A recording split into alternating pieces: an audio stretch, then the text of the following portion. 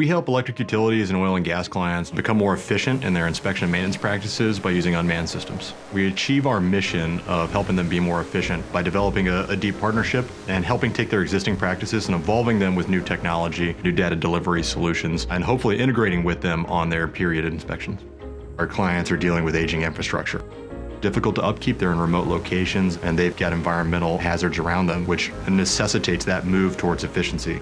Clients want to see electricity get delivered to their end customer.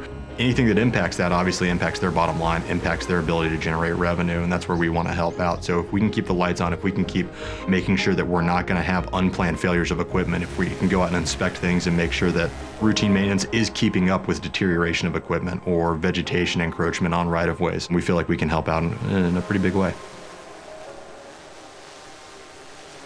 Our goal is to deliver the right data in the right context to the right person at the right time. And what we do best is we fly drones, we collect data, and we process and analyze it, and we deliver it.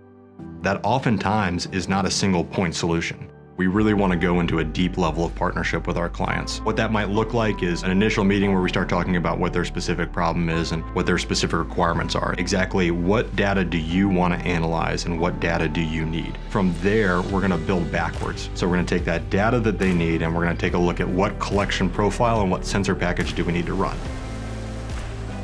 So we hold an A grade within ISNet, which is a safety monitoring provider with a number of Fortune 100 companies. Really, I think because of our processes. A typical mission for us might look like an early wake up for our crews, getting equipment prepped.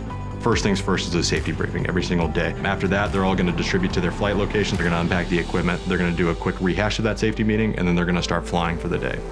Debrief before we ever leave every job site, and even if it's in the middle of the morning, say, hey, did that go well? Did we get everything we needed to? Were we safe? Were we effective? Were we efficient? Did we work well as a crew?